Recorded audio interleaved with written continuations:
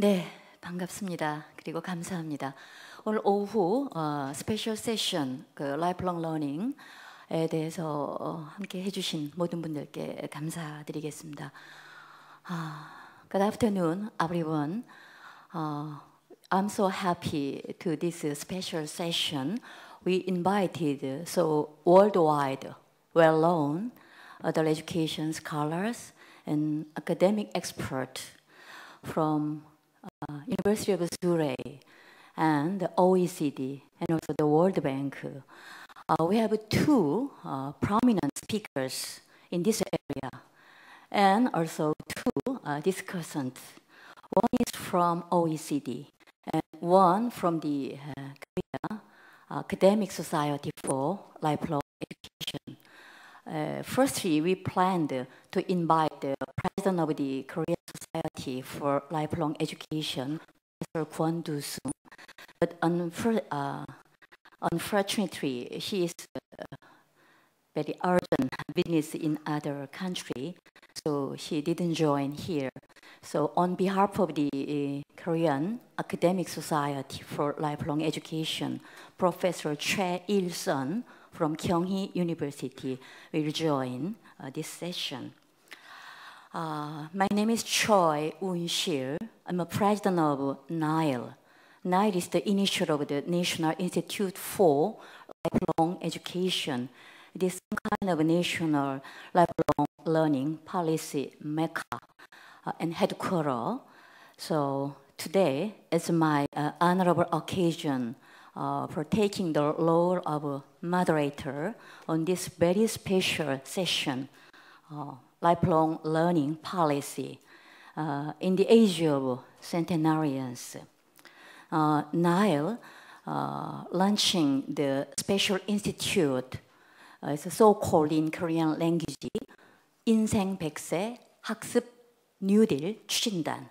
It's a very special institute for preparing the lifelong learning policy in the age of centenarians, especially focused on the learning New Deal policy. So now it is the very big interest in this special issue. How can he prepare? How can he think about the special paradigm, systems, and policy, preparing and coping with the 100 ages centenarians era?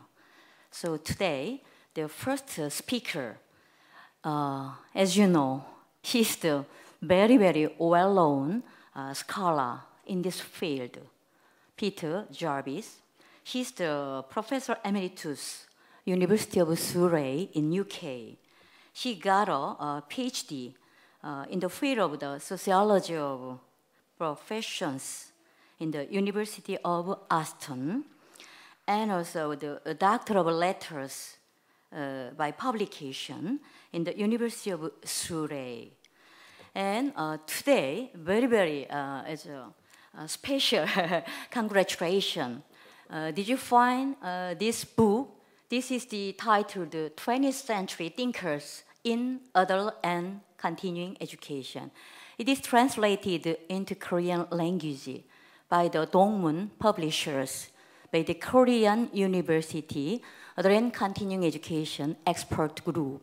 The Vice President, Professor Kang Sun-bo, and the other member published these new books. So it's very, I would like to congratulate the special, okay. So I'd like to invite the first keynote presentation, the Peter Jarvis. Why don't you big hands for him?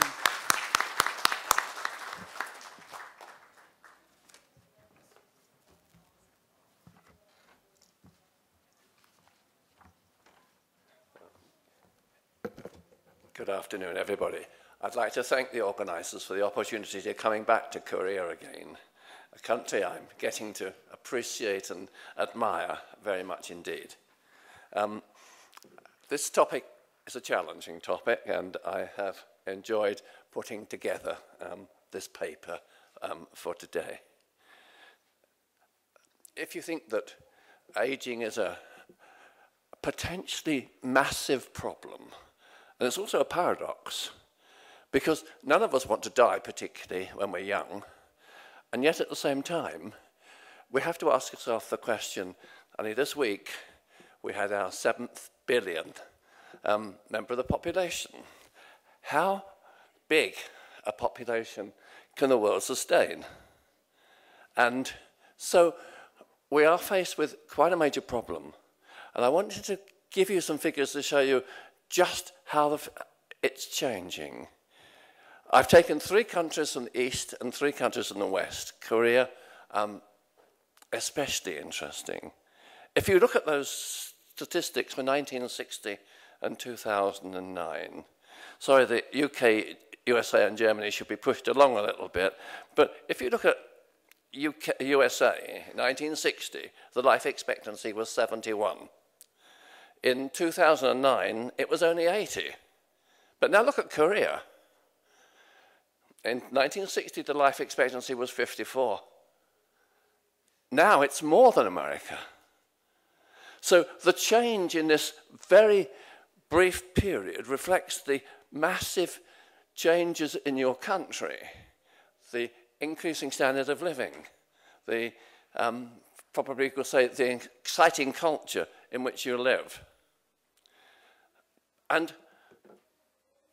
if we have got so many countries now where the life expectancy is over 80, it's hardly surprising that countries like yours, with the type of changes we're seeing in life expectancy in your country, it's not surprising that you could be thinking about an era of centenarians, or, as the studies in America are calling it, the age of Methuselah.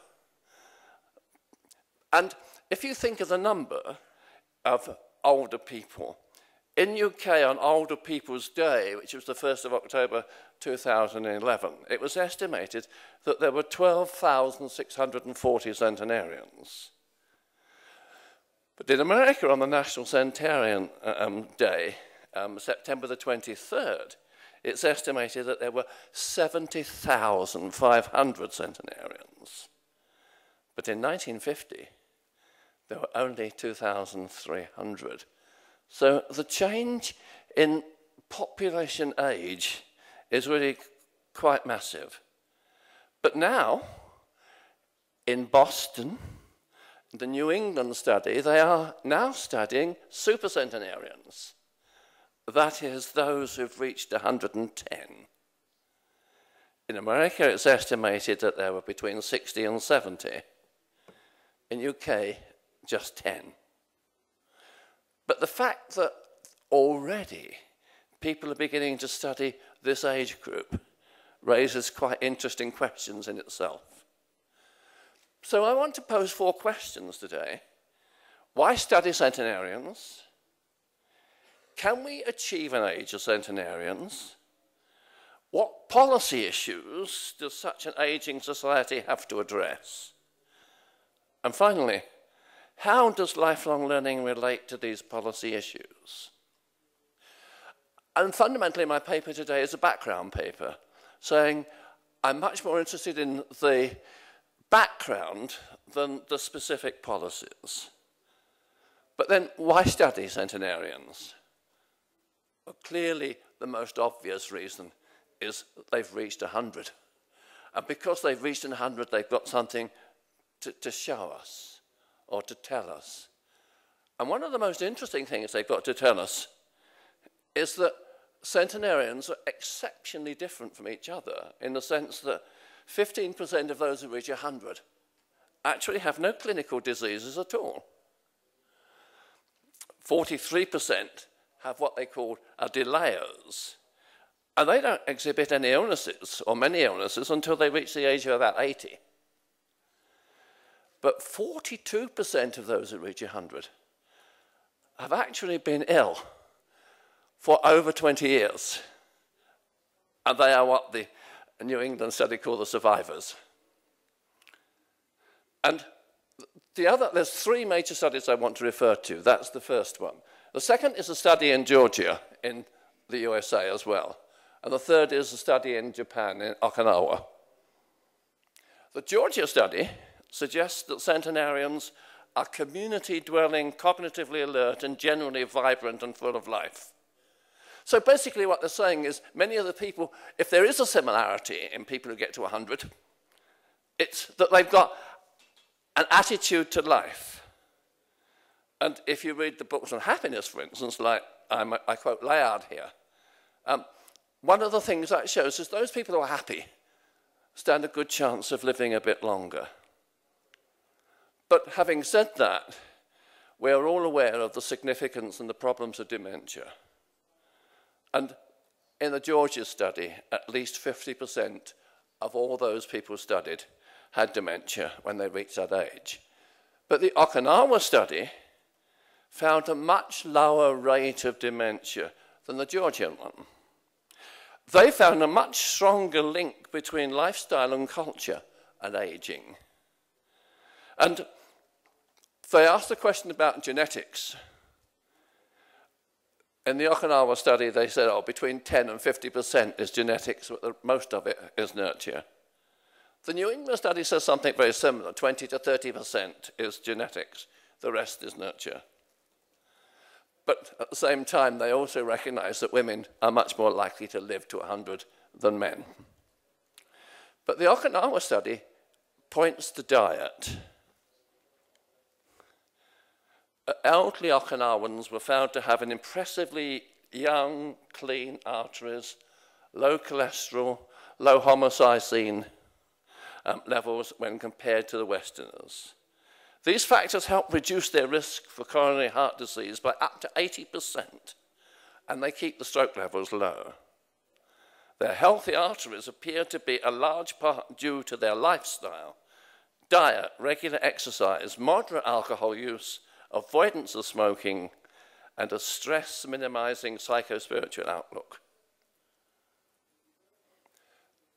And the Okinawan study also suggested that these are the factors that actually make them less exposed to the risk of cancer. They also pointed out something that anybody who goes to a conference should learn well. That is, you shouldn't eat more than 80% of your capacity. But in most conferences, most of us eat well over the 100%. But that was another part, that they did not expect to eat to their capacity. But diet then becomes a much more interesting issue. In the States, Olshansky and colleagues suggested that perhaps we in the West might live for a shorter period of time over the next half century because of our diets and because of our lifestyle. They cite specifically infectious diseases and obesity, both of which have risen in recent years. But at the same time, medical advances can affect and help even when we overeat. So lifestyle is as significant as genetics. And there's a very, very interesting study in America about a group of Seventh-day Adventists who lived in a very specifically close area. They lived a rigorous life according to their religion. They didn't indulge to a very great extent. They were vegetarian, they didn't smoke, and most of the men to live to be about 88 and the women to 89. And so the study does suggest that genetically we have the capacity to live at least until we're in our 90s. This is not moving.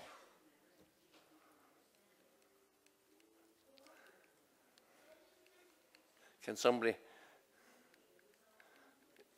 It's stuck.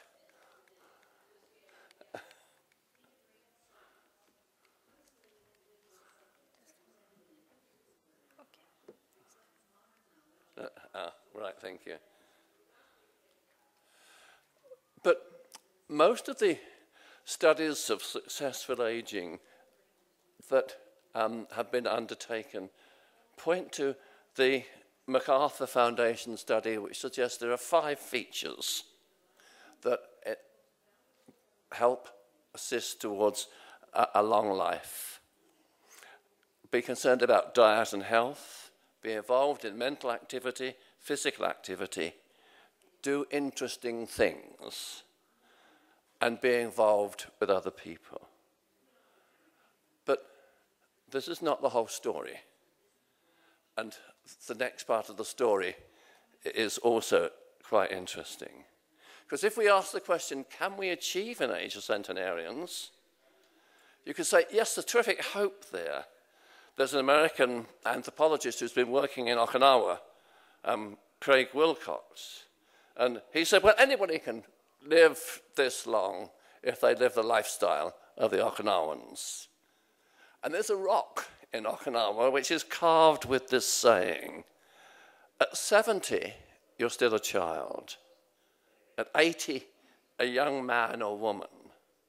And if at 90, someone from heaven invites you over, tell him, just go away and come back when I'm 100. So that is the sort of type of philosophy. But then there's the reality. By 2005, real changes were taking place amongst the Okinawans. 100,000 of them emigrated to Brazil. They immediately assumed a Brazilian lifestyle and diet.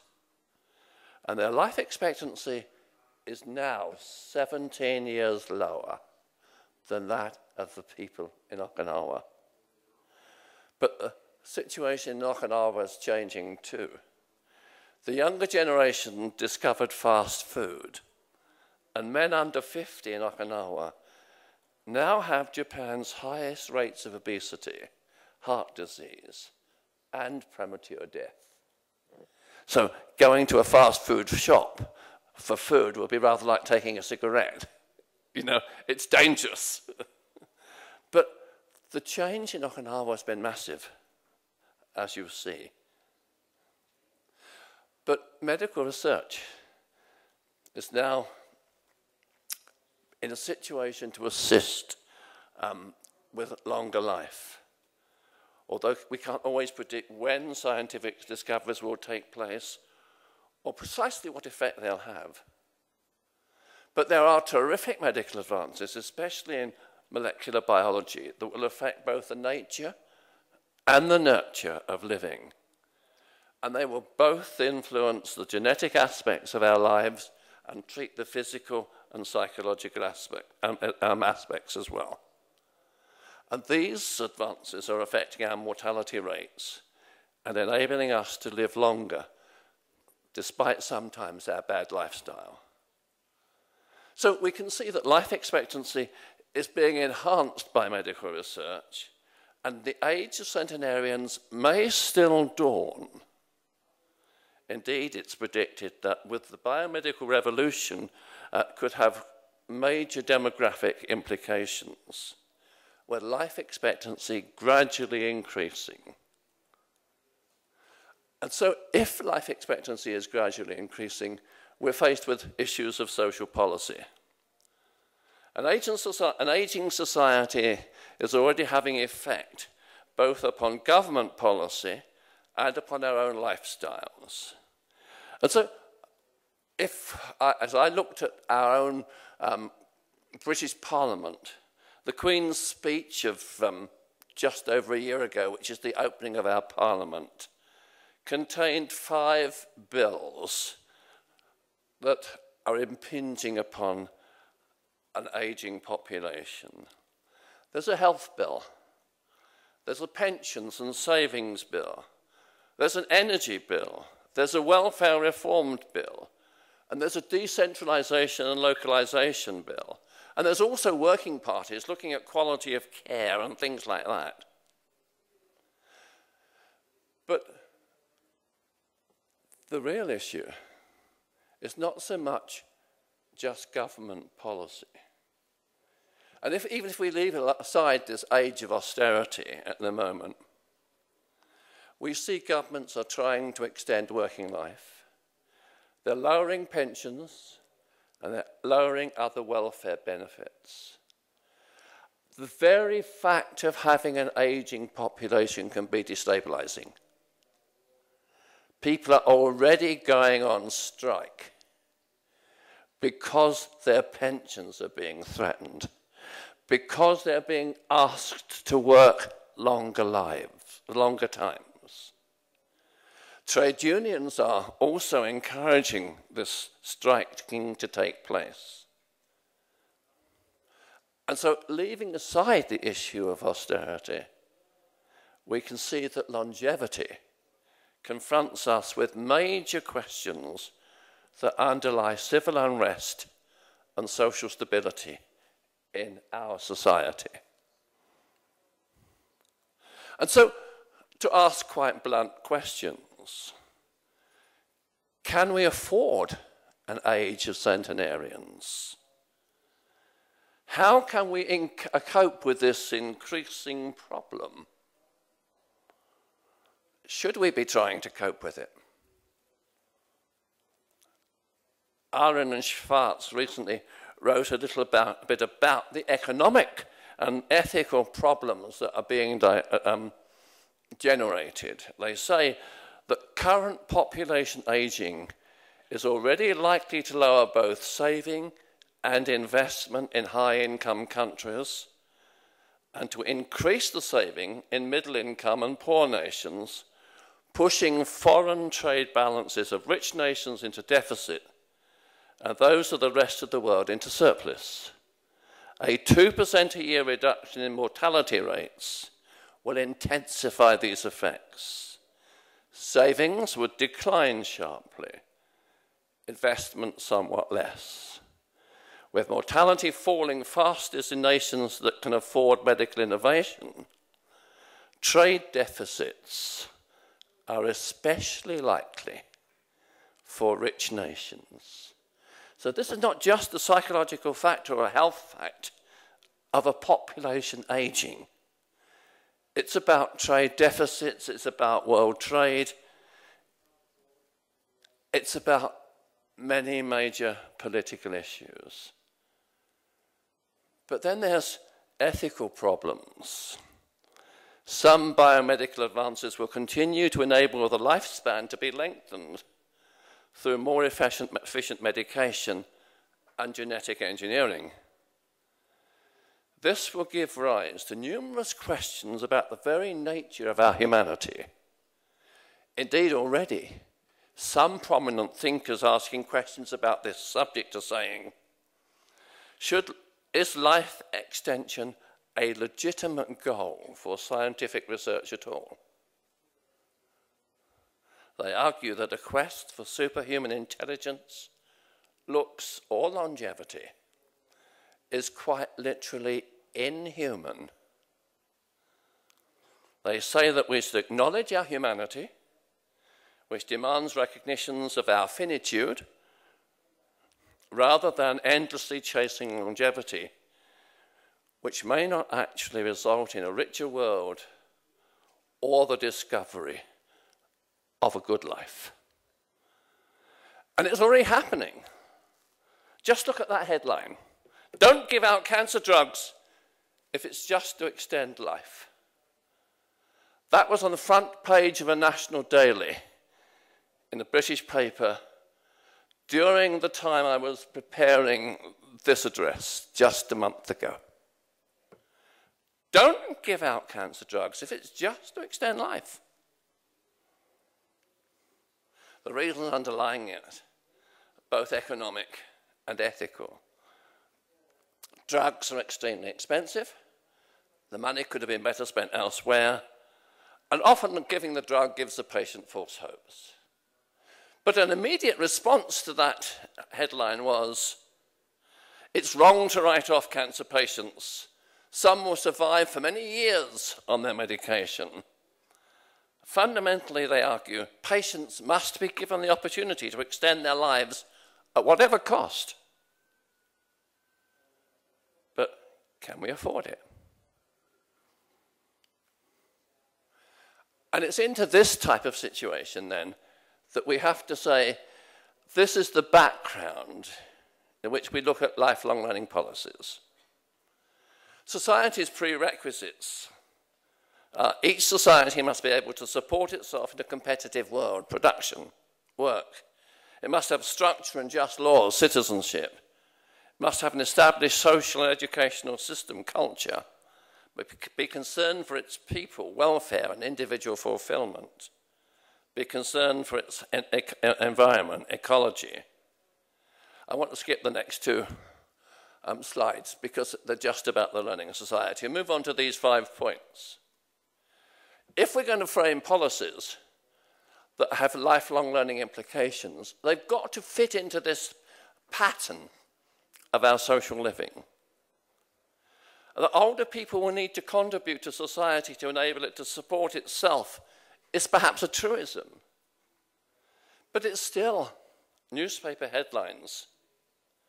To give you just another headline that appeared during the time that I was preparing this paper.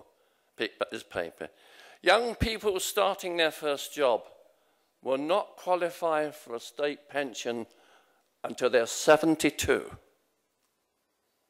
And so the working life will be needed to extend it to 50 years. When I started work, it was assumed that 40 years would be sufficient. Now perhaps 50 years. And the question one immediately asks is retirement a redundant concept? For however long older people stay in the workforce, there needs to be policies that enable them to keep abreast with the knowledge, to learn new knowledge, to volunteer, to be able to gain advice about how they can live their future, and a sense of retaining their dignity. But the longer that these people stay in the workforce, the harder it is for the next generation to get jobs. So things like mentoring are becoming more important. Can elders be used as mentors? Can they be used to help other people in their jobs? But organizations also need to become learning organizations. Managers need to be trained to recognize both the competencies and the needs of older workers. Work organizations may have to adapt some of their practices in order to facilitate older persons' knowledge and expertise. But societies must have structure and just laws, citizenship. It's the right of every citizen to create a better society, to ensure that its laws and practices are relevant and just, and so that all members may realize their humanity and be able to live together. Even those who are old and frail, but they mustn't doubt that their care is being considered. But active citizenship can't be taught. But older people have got to be encouraged to be more active citizens, perhaps by being trained in things like assertiveness, so that older people can exercise their own rights, including their right to live or die. But societies must have an established social and educational system.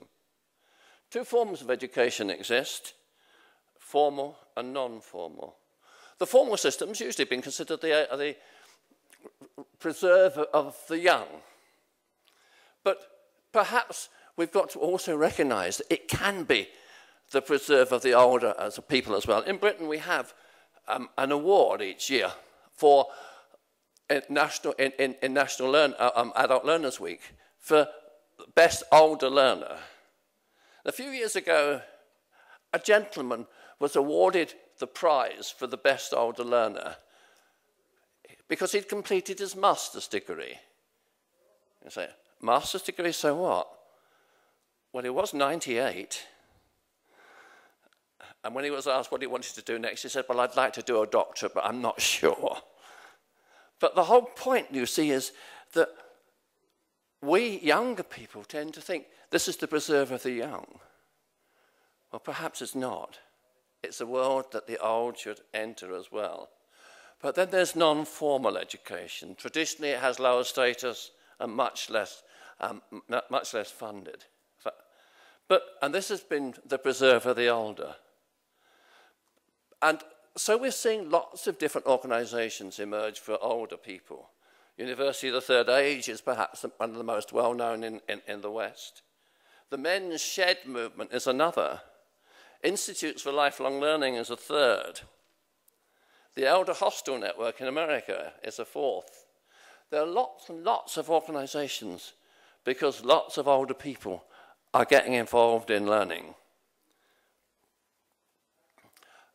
And the learning also provides not just opportunity to keep one's mind active, but it also gives opportunity for social networking. And social networking also is an aid to happiness and to longer lives. But what's also beginning to happen, which I think is quite nice, is that some older groups are beginning to conduct their own research into their own lifestyles and do their own work so that they can have a voice in the debate in the future. Societies must be concerned with their people, welfare, and individual fulfillment. There comes a stage when most old people don't want to be involved.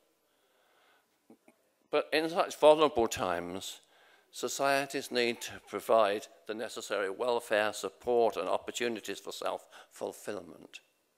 And this is where another university is coming in, the University of the Fourth Age, which is an electronically based university for those older people who are home-based and who can't get out.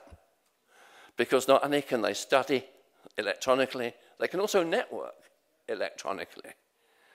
And so the University of the Fourth Age is just beginning to appear. And so computing facilities for social interaction for the very old are important. Intergenerational learning is important. And I must say that when I came here a few years ago and went to one of your adult learning weeks, one of the things that impressed me most was the display about intergenerational learning in that town. But training for carers. We see so many reports of carers who don't necessarily do all they can for the old. But even those who do, training is still poor and not necessarily very well advanced. And it seems to me that we've got to look for new occupations in caring. And one I proposed in a book I wrote a few years ago is that we actually need learning therapists, people who can help older people, even when they're bedfast, to carry on being involved in society so that they don't become demented. And so caring and counselling for the elderly also becomes important.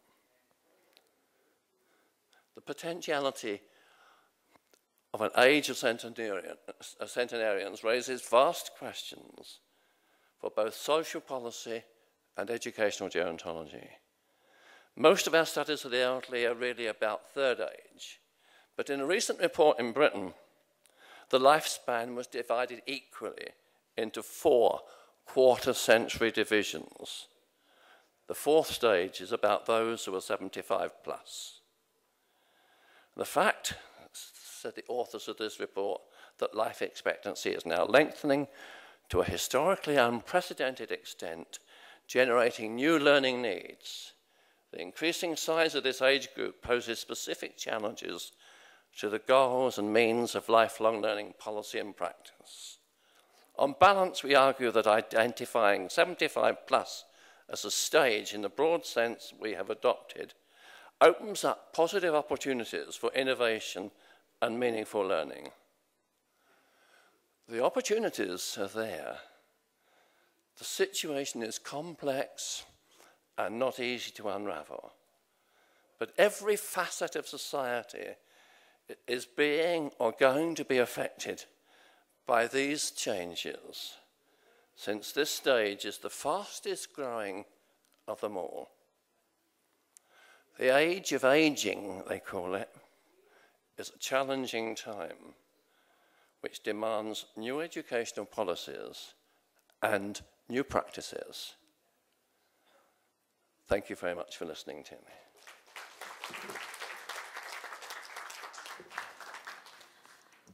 Thank you so much.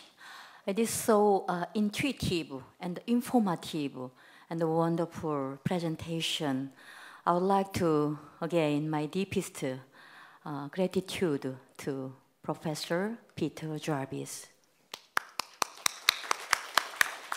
I don't need any summary because its presentation is so clear and so well organized papers. So I don't need any summary for his presentation. But anyway, I would like to once again remind about his 4 questions. He raised 4 questions. Why study centenarians? Can we achieve an age of centenarians? What policy issue does such an aging society have to address?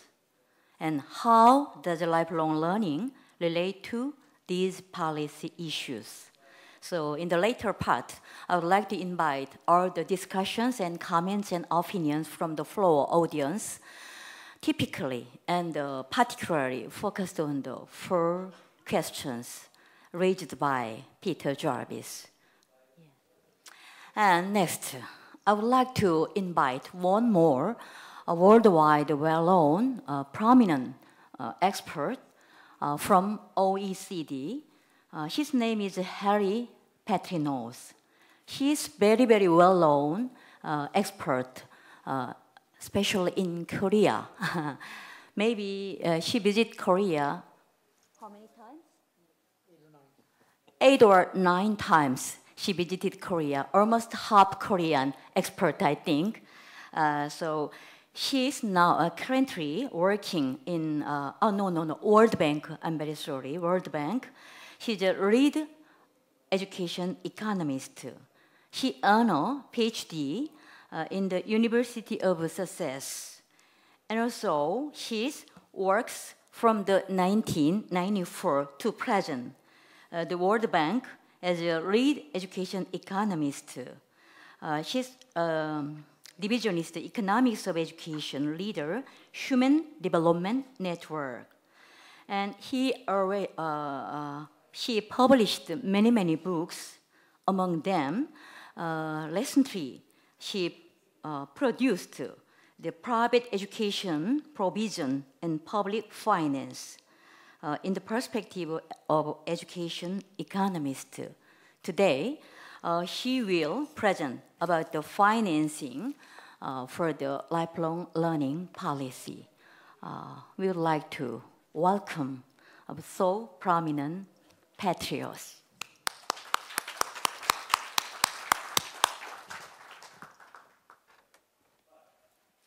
Thank you very much for the introduction. It's an honor to be back in Korea and addressing this audience. I will talk about policies to finance lifelong learning based on some recent research we undertook looking at the evidence on those policies and what we know about what works and what needs to be focused upon. The starting point for my presentation is that we're living in the knowledge economy, and perhaps what better place in Korea to exemplify the concept of the knowledge economy. And what this means in the context of lifelong learning is that the knowledge economy really puts a premium on learning. The returns to education have increased in recent years. They continue to grow. There's a growing earnings premium for higher level skills. Also, the knowledge economy requires what we call a multi-sector strategy. No longer is education merely the preserve of the Ministry of Education. It's really something that affects all sectors of society. One of the dangers of the knowledge economy is inequalities can increase if the right policies aren't put in place, so there really needs to be a focus on equity. At the same time, we need to expand access to learning opportunities in the education system and in the so-called non-formal sector. The quality of learning opportunities needs to be improved by changing incentives, and the topic of my presentation, we need a variety of financing mechanisms. Learning in the knowledge economy can be categorized with fundamental changes, which all of you, I'm sure, would be familiar with. In the past, education was information-based. It's now more about knowledge creation and application. In the past, education focused on rote learning, people memorizing facts. Now it's much more about analysis and synthesis of information. We used to learn just in case that learning would be appropriate. Right now, we need learning that's just in time. Education systems were organized around terminal programs and degrees. Now we're talking about lifelong learning. There's also other issues that are important to keep in mind, but the basic premise is that learning has changed, the requirements for a skilled population have changed, and there needs to be more and more learning opportunities. People will learn more throughout longer parts of their lives. They're doing it now. They will do it more. The issue is how to finance this learning opportunities. The basic problem is that there's a requirement that more spending will take place in the learning system, but public resources are limited. In many countries, especially countries where I work, there's barely enough resources to finance compulsory education, let alone to expand beyond the basic education system. And for all countries, the priority for public spending will be on basic education. That means different things in different systems and contexts, but it could also be extended to mean basic learning competencies. So there's a need for new and additional resources for learning opportunities throughout the lifetime. In the literature on financing lifelong learning, a balance between subsidies and the market needs to be struck. Subsidies meaning government supporting education and learning opportunities, market meaning people paying for that education. Since the benefits of education and lifelong learning are both private and public, private, those are benefits that the individual is able to reap. Public, social benefits, society is better off when more people have access to good learning opportunities. The other issue is that the access to capital, to the financing resources for education, is uneven. Those with more resources are more able to access learning opportunities and will benefit more. So there needs to be some level of public subsidy for lifelong learning, just that like there needs to be public support to education. In addition to people paying for their own education, which will, if nothing else changes, lead to inequalities, there are two main sources of finance for lifelong learning. One can be categorized as cost recovery. People pay for it, but how can we support that, make it affordable to people?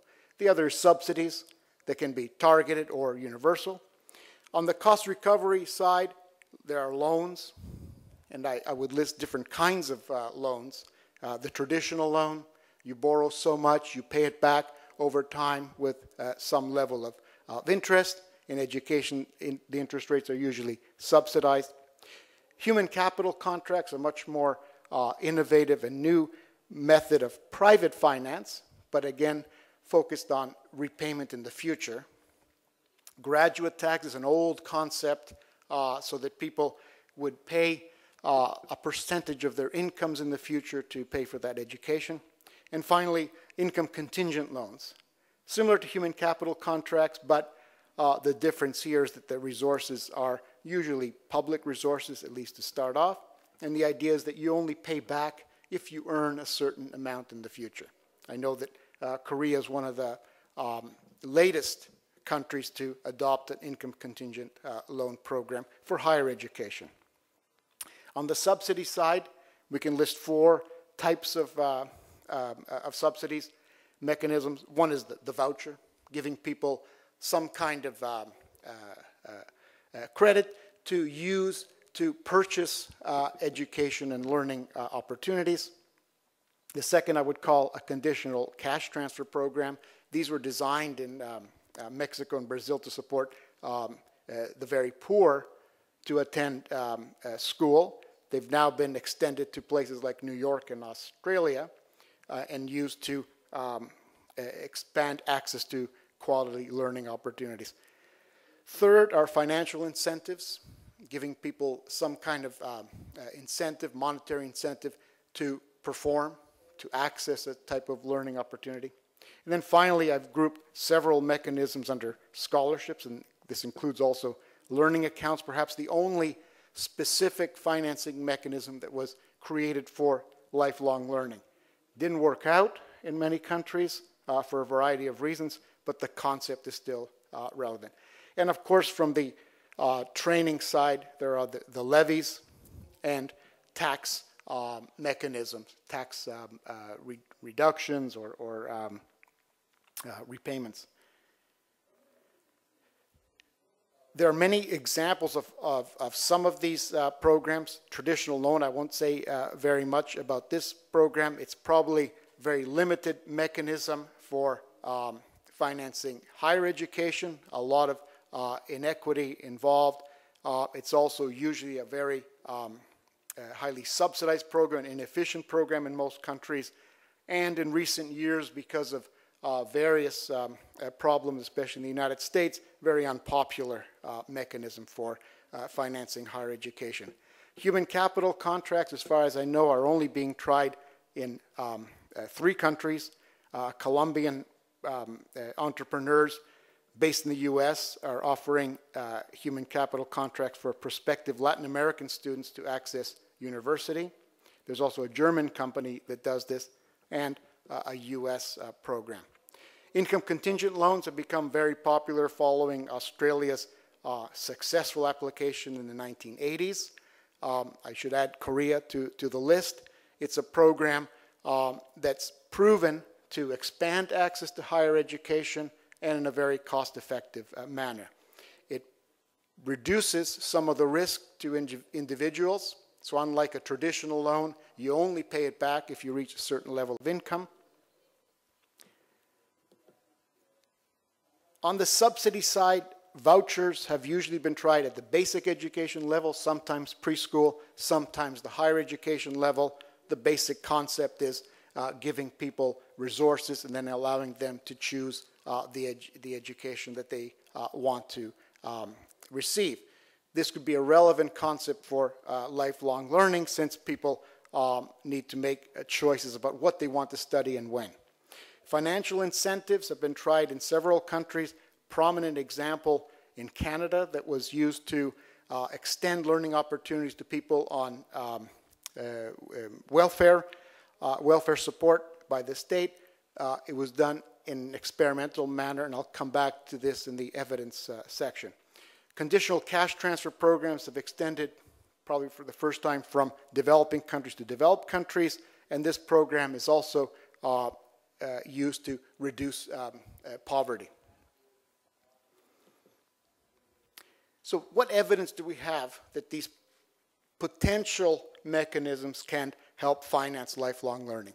The traditional loan program has not been very effective at reducing equity gaps at the higher education level, and we have no information about whether it's an effective mechanism for lifelong learning.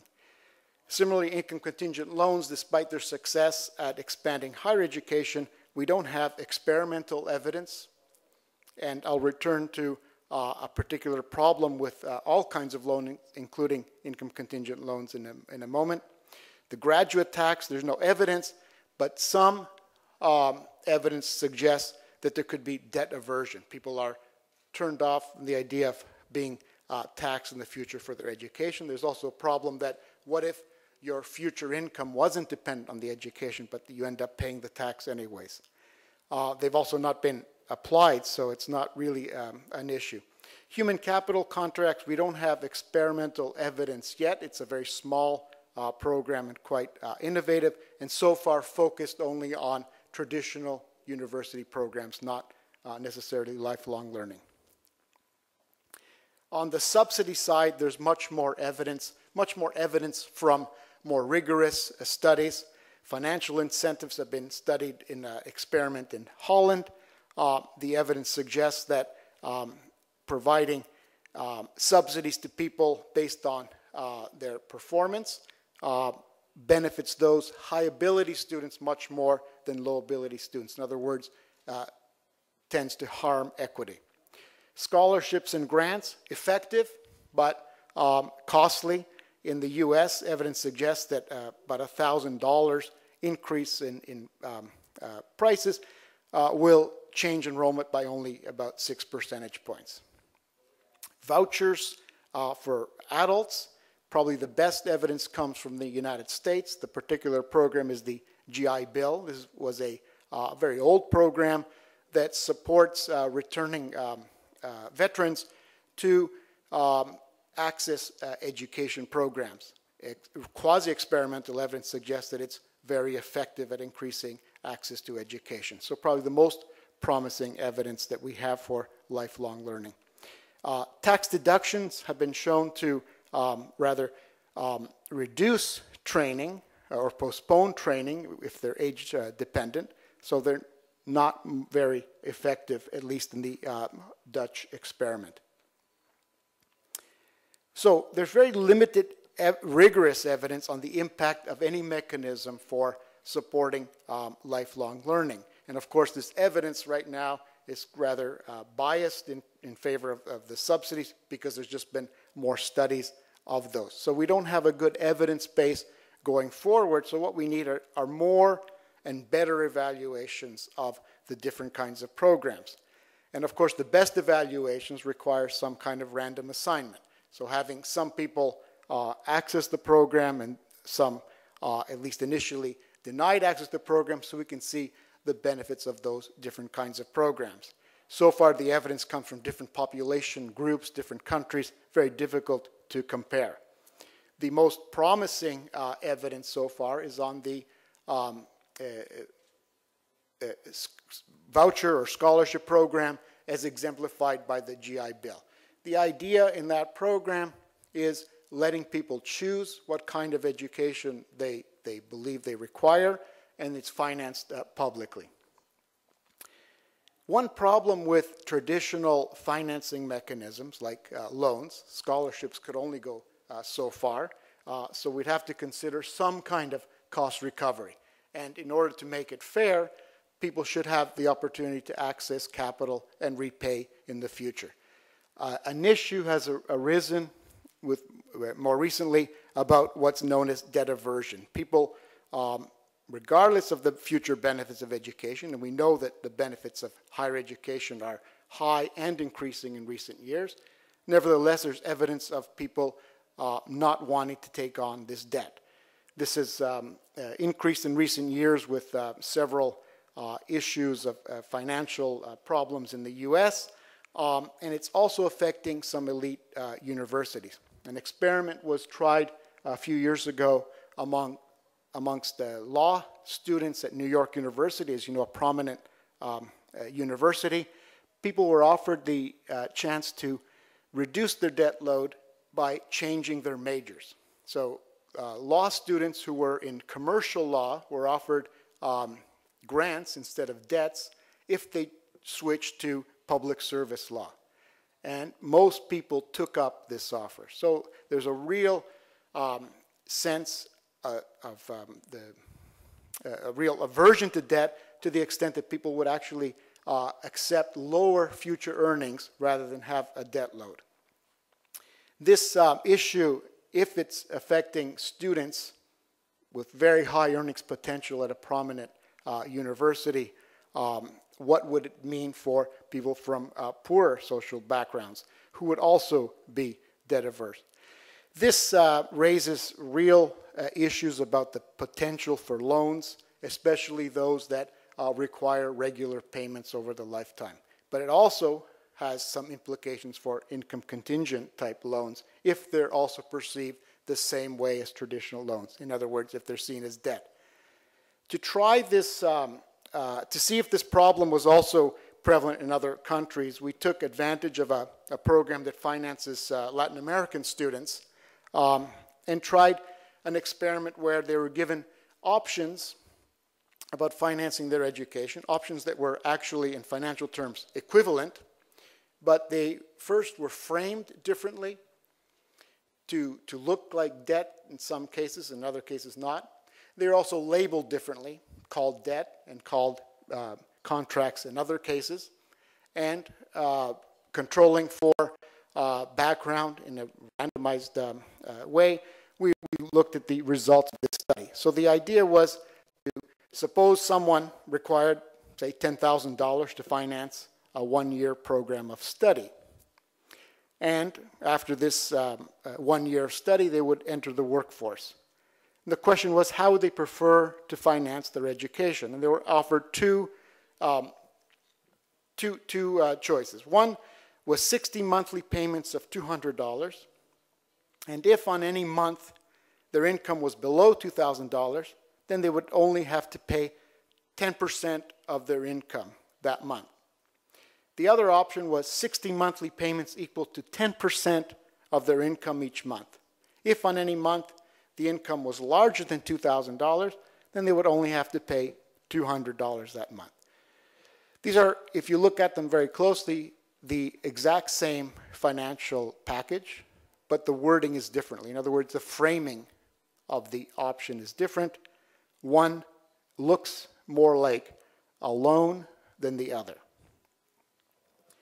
The other part of the experiment was to label the options. These are the same two options. The first one that looked like debt to begin with is now called a loan.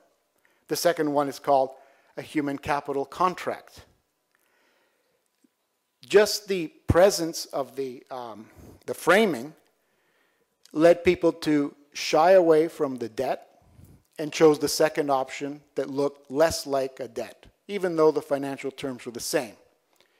The second part of the experiment, the same groups of people were told that these are equivalent financial mechanisms. Would they change their minds? Very few did. In the case of the labeling, the results were even more dramatic. Much higher percentage of students, potential students, chose the contract over the loan. And in the second part of the experiment, they too were told that these are equivalent financial packages. Still, very few people changed their minds or called the programs equivalent. They were not indifferent. There was a very strong and statistically significant bias away from what looked like a loan and what was called a loan, even if they knew that the packages were equal. So, in other words, the problem with loans are that people don't tend to want to take debt, and it's not something that's limited to particular social classes. And the labeling is even more important than the framing. So calling something a loan or debt is less likely to generate interest in the programs. People are not only less willing to take the debt, they're willing to give up future income to reduce the debt. So given that we can't finance everyone's education with subsidies, we'd have to extend some kind of cost recovery mechanism, and the fairest way is to finance that with future earnings of those students. But if they're shying away from debt, we need to, first of all, not call it debt and use the contracts or the income contingent charges, as they're called in Australia. And we need to find ways to convince people about the benefits of their education. So an information problem certainly exists. So finally, after all this enthusiasm with lifelong learning, all the different kinds of programs put forward, we still have very little practical advice on what works best and what to use. We have a real issue with debt aversion, and if it's affecting people at the beginning of their careers, in other words, university students, it's probably even more severe for older people that enter the learning system. So far, financial incentives provide some very positive results, there could be equity issues in some of those programs that can be addressed, but scholarships and vouchers won't be enough to finance everyone's lifelong learning needs or desires, so some cost recovery mechanism will be required. We also have severe information gaps, including on the marginal benefits that need to be measured. We know well about the benefits to traditional higher education through universities. We know much less about what happens to people as they re-enter the education learning system. And we need studies going forward that use randomized trials so that we can actually attribute the limit of the financial support, particularly from the governmental budget in the field of the lifelong learning. So we can learn and we can find a lot of the idea from the Petrino's presentation. There are a lot of the variety of the financial mechanism and the financial subsidized incentives and so many strategic ideas and measures. So particularly, I would like to express my special thanks for your fresh and clear and systematic and scientific ideas and presentation. And now we would like to turn to the discussions. The first discussion is also the very well-known, prominent education economist from the OECD. She's currently serving as the project leader of the OECD. She earned a PhD, Philosophy and Social Policy in the Cambridge University. And from the 1979, he worked as an expert in the OECD and published so many books and reports. One of the prominent published books is in OECD 2007. The title was No More Failures, 10 Steps to Equity in Education. And one more prominent published book was published in 2010. The title was Learning for Jobs. So now we would like to invite and welcome Mr. Simon Field.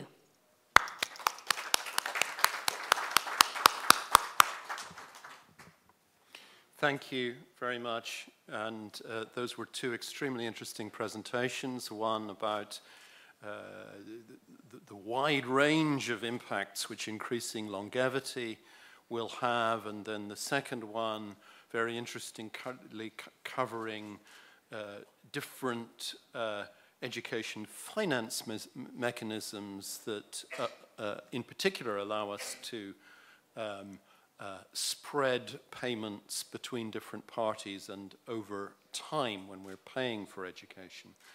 I'm less sure of my own qualifications to be here. I'm hoping that it's something to do with my genetic inheritance. My grandmother will live to be 103. My father's 93 and has just bought himself a red car. They've adopted, listening to Peter Jarvis's presentation, they've adopted rather different approaches to lifestyle choices. My grandmother never touched a drop of liquor in her life, and that worked. My father's policy is rather to make sure that you have it every day. I'm just hoping he doesn't do so before getting in the red car.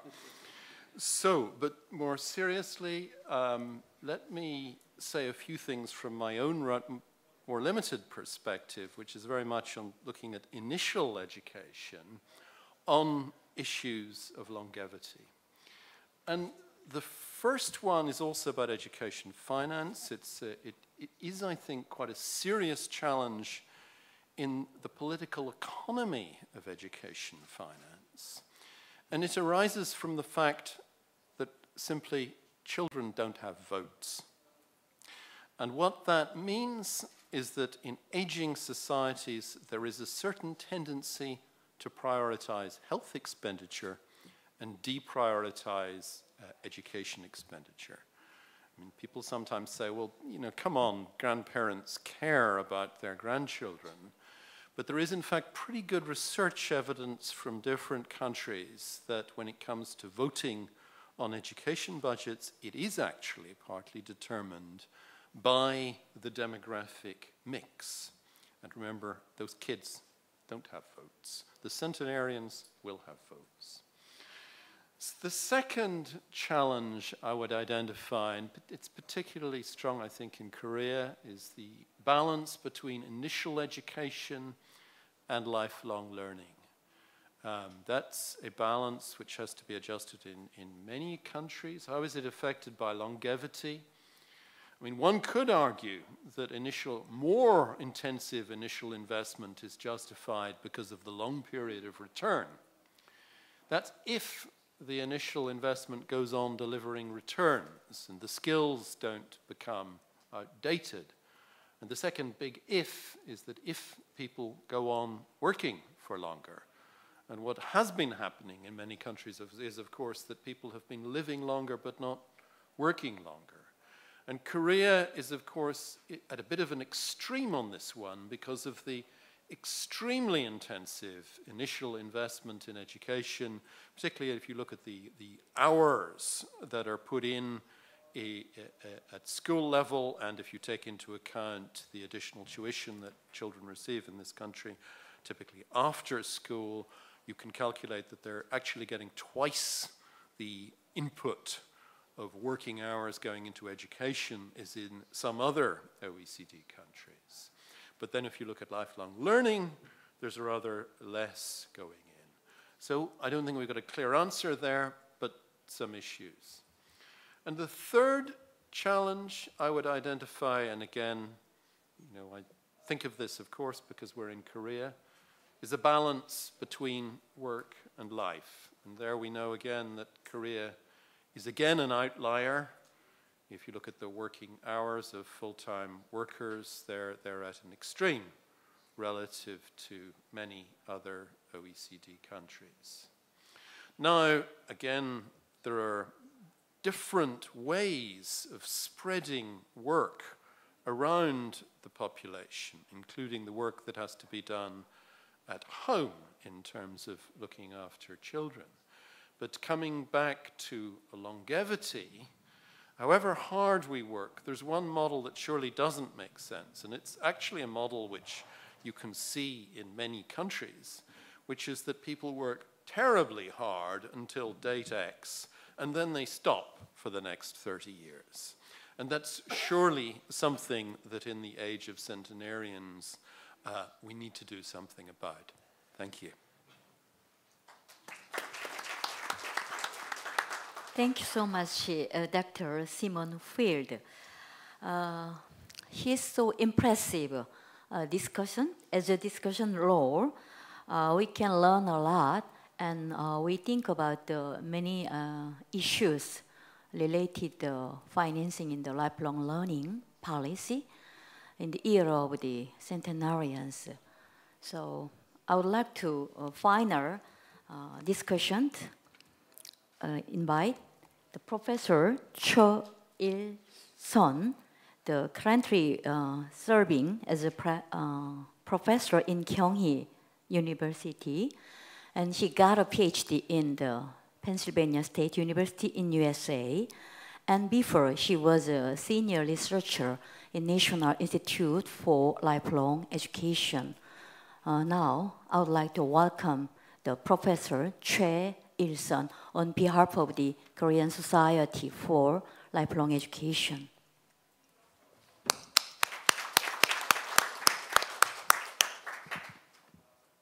Good afternoon.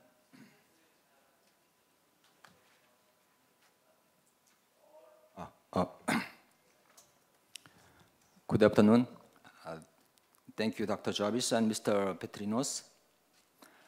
It's an honor for me to discuss your presentations, even though I am the substitute for Dr. Kwon, who is the president of Korean Society for Lifelong Education.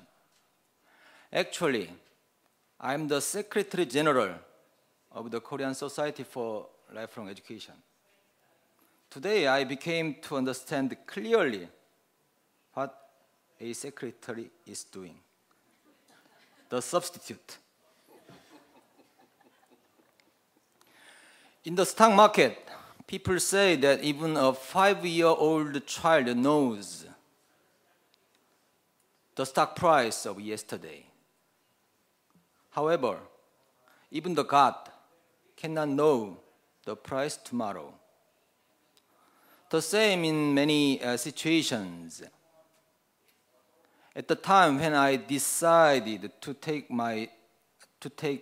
gerontology as my minor in my doctoral study in 2003, I did not expect that the era of centenarians emerged so fast in Korea.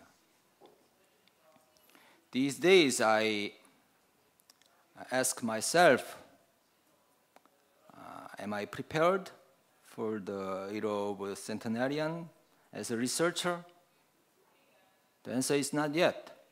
I don't think the society either. I think this conference may help me and the Korean society to be prepared against the big and fast social change. I brought Dr. Kwon's opinion on Dr. Jarvis and Mr. Petrino's paper, and I read it as follows. I have thoughts on Professor Jarvis and Mr. Petrino's lectures. First of all, we are facing an aging society and a knowledge economy society. We have never faced these kinds of challenges before. Second, as society changes, from the point of view of lifelong education, we are encountered to question what and how we should do in this environment of change. Concerning the aging of Korea, according to a OECD announcement in 2009, the average life expectancy of Koreans was 80.3. In women's case, it was 83.8, and Korea is ranked the 6th longest living country for women and 20th for men. In this situation, in this change, I think we need to prepare various kinds of policies to deal with these challenges and changes. I think in order to deal with these issues, I'd like to emphasize that education, employment, welfare has to be connected to each other systematically. And it needs 3 policies for lifelong education. First of all, as Dr. Jarvis mentioned, in the level of construction of a social safety web, for the low incomes and seniors, we need to construct educational welfare system, supporting the people's education and their living together. Secondly, we need to construct a system of social risk management. A knowledge economy society is a risky society. In this society of continuous competition, where only the competitive can survive, the society has to reinforce the education which can support employment and job transfer, for the people to manage social risk, especially for the incompetent workers. Finally, we need to construct a social learning web for everybody. With this policy, the society has to make it possible for everybody to learn, share, keep their relationship, and find the meaning of life at the last stage of their lives through their 4 stages of life. It means there needs a system to maintain a variety of educational facilities with convenient access in the local society. And most of all, they need to develop and manage various programs. We should execute a lifelong education policy to gear our society, like the title of the book of Marvin Tokayer, Learn like you will live forever. Live like there is no tomorrow. Thank you. Thank you so much, Professor Choi. I would like to let you know you are not a substitute. You are a professional in this field. And also as the Secretary General of the Korean Academic Society for the Lifelong Education, I would like to express my special and particular thanks for Professor Choi. As a discussion, Dr. Simon Field raised the 4 quite serious challenges and issues in the field of the financing, the lifelong learning. And also, the next discussion, Professor Choi suggested we need very strong linkage among the learning and welfare and the world of work, particularly for the aged population. Korea is one of the longest long-life nations in the world. So we are now currently establishing and developing many policies for preparing this kind of the long-life centenarians society. So we already finished the official, the 2 speakers' presentation and 2 discussions, debates. So from now, we have 10 more minutes from now. So I would like to invite from the floor, the lifelong learning, so the insightful comments, questions, and opinion, and any kind of recommendations is welcomed. So please. Okay. Could you introduce before your questions, who are you? So.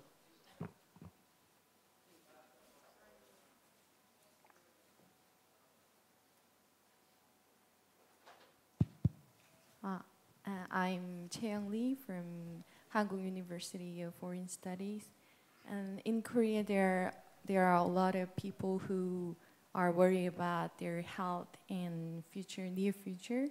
And I think the Age of Centenarians is based on the quality of life. So what can we do to make a better society with satisfaction in individual aspects and governmental aspects?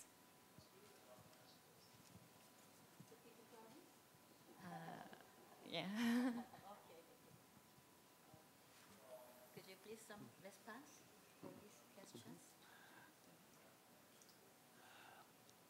I think we have to recognize quite clearly that everybody's going to be very concerned about their quality of life. and as we get older, it is finding new ways to express that quality, in a sense. What I find quite interesting in things like, say, the University of the Fourth Age, is the opportunities that people who are disabled, who can't get out, because they are a member of an organization where they're actually learning together through the use of computer and electronically, and they're also building up their own networks despite the fact they can't travel. And so I think that it is finding new ways like that of enriching life, which are very important. I have a major concern about healthcare training as well. I've worked for a long time with nurses. I trained nurses and nurse tutors and midwife tutors for many years. But I've watched I've watched elderly people in hospital, in rehabilitation hospitals, where the hospital ward is dead. There's no activity, there's no pictures on the walls, there's no pictures on the ceiling. And I think that causes dementia and confusion. Whereas if you've got things like, I mean, you go into a good primary school, and what do you find? Everything's on the wall, there's lots of things going on. And I think we've got to do something similar to that, as scaffolding, as it were, for elderly people to enrich their lives. And so it seems to me that as we are now getting into a very much of an aging society, it is recognition that some of the traditional ways of the good society need to be modified and changed a little bit. And so I think that there's a lot of scope for things like that to happen. But that's running away from the question, but it's just acknowledging that it is an issue. Yes, is there any other comments or the questions? Okay. 예, 저는 한국어로 말씀드리겠습니다. 예, 안녕하세요. 저는 연세대학교 교육학과 대학원생 조수진이라고 합니다. 일단 발표와 토론 잘 들었고요. 한국의 평생학습 부문에서 미래를 위해서 꼭 개혁 혹은 혁신 혹은 더 발전시켜야 된다고 보는 그런 교육적인 과제는 무엇이라고 보시는지, 그리고 그것을 혁신하기 위해서 가장 필요한 방안은 무엇이라고 보시는지 궁금합니다. It's also for the Peter Jarvis professor? Who will be the?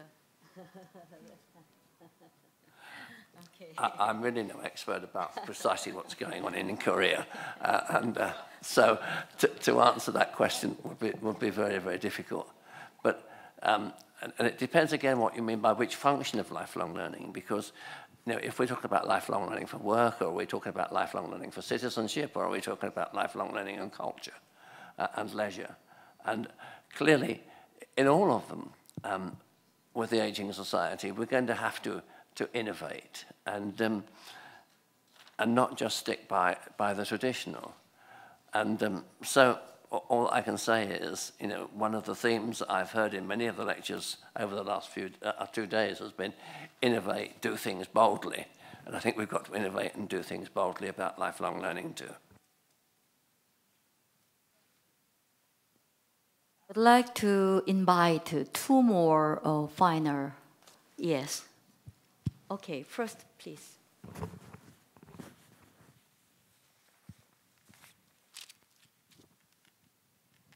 Thank you very much for your impressive and empowering ideas and thoughts, for 2 excellent speakers and 2 excellent discussants. I am Becca Zhang from Handong Glover University, and I would like to bring up the issue of educational inequality. Actually, especially for higher education, easily the quality of education goes by their parents' financial capacity. And as I'm hearing your speeches, for lifelong learning, adult education lies in some same situation as well. Maybe that could go by their sons and daughters' financial capacity as well.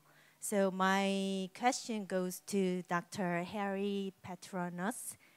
Can you share any of your ideas to wisely confront educational inequality of lifelong society?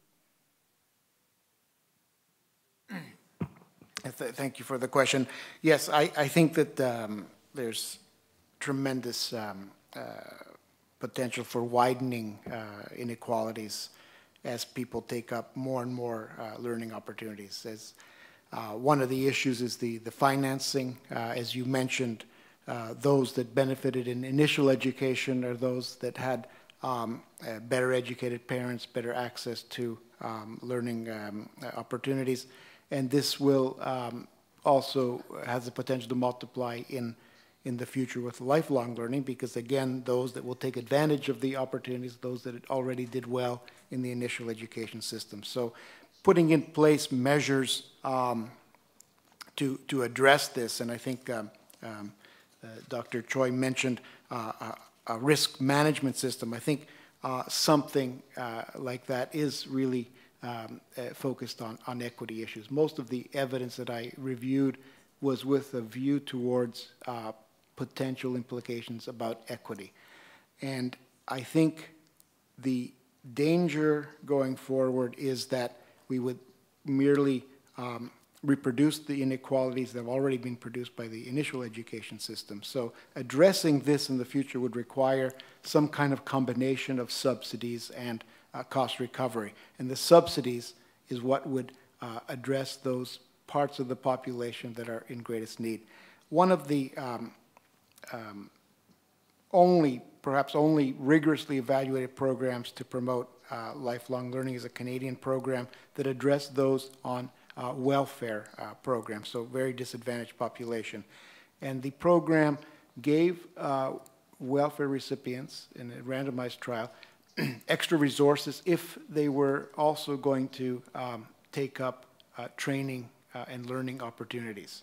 The program was very successful, addressing a real need and providing those people with real skills which would help them improve their human capital and improve their earnings opportunities so they could eventually get off welfare programs and earn a good living. So these kinds of targeted interventions is really what's needed with good information about the programs and what's happening. The program's called Learn Safe, and it's been subject to very strict impact evaluations, and I think it's something worth looking at in the design of future programs.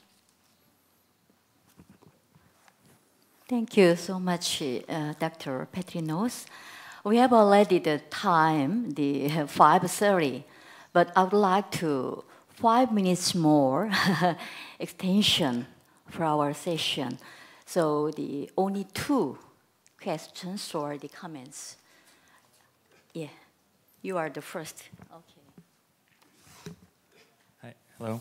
Hi. My name is Daniel Kim. I'm from Tsinghua University in Beijing.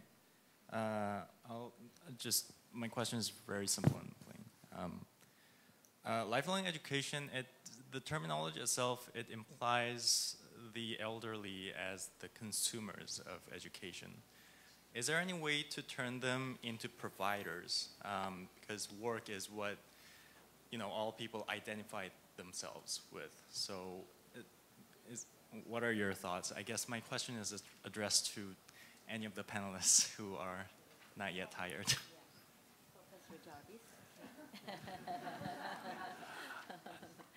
Speaking as a member of the third age myself. No, seriously, yes. There's lots of different ways in which you can use the expertise of elderly people as teachers. Industry is beginning to do it through mentoring schemes at every level.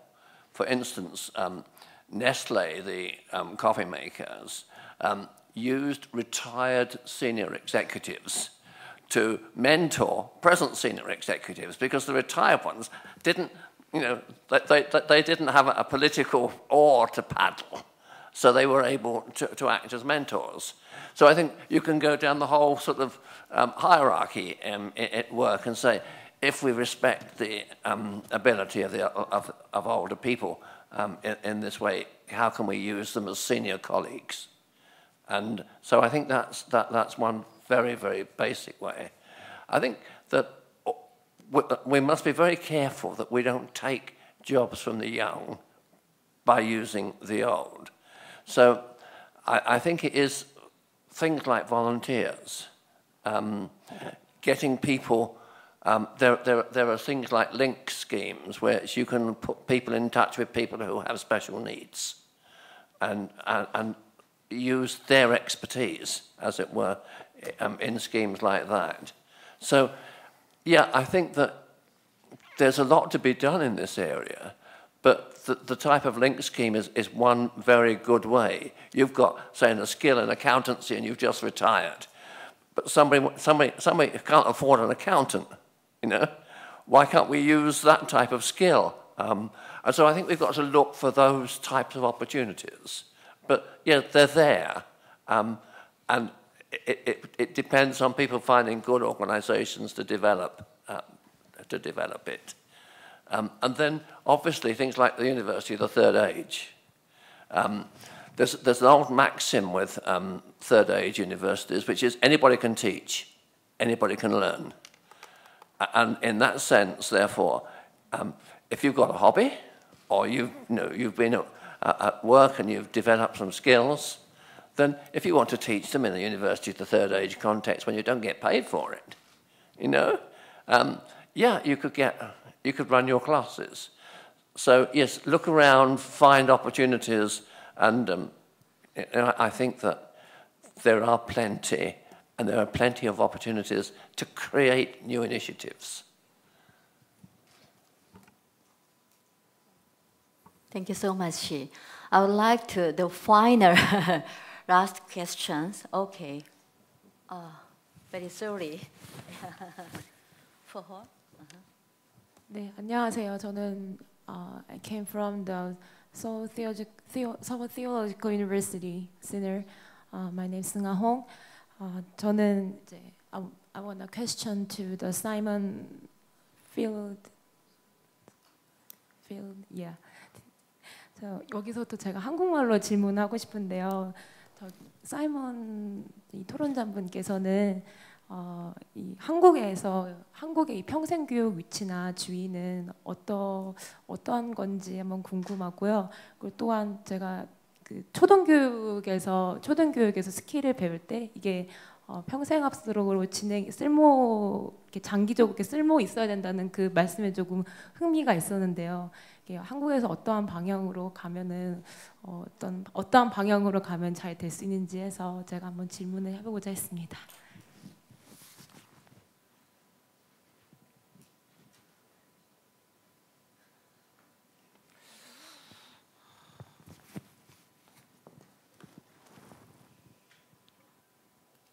Thank you.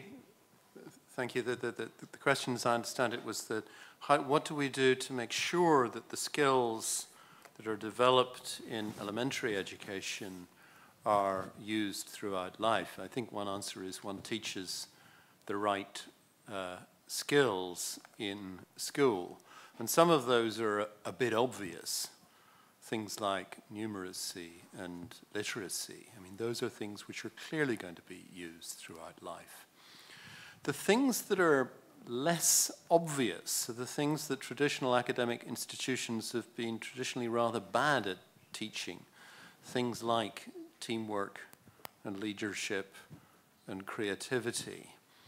And there is, I think, work to do there in terms of developing the capacity of traditionally rather academic institutions, and it's true in all countries, to convey some of these soft skills, if you like, that turn out to be critical throughout the life path and go on being important even when you're 100 years old. Thank you. Thank you so much.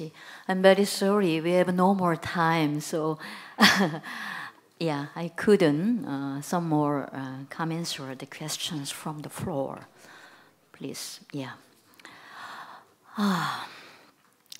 during the 100 minutes for this afternoon special session, all of us learned a lot. We honor so precious lessons from the United Kingdom and OECD and also the World Bank. I think it's just the starting point of our discussion to develop the policy in the age of the centenarians. It's not at the end of the discussion.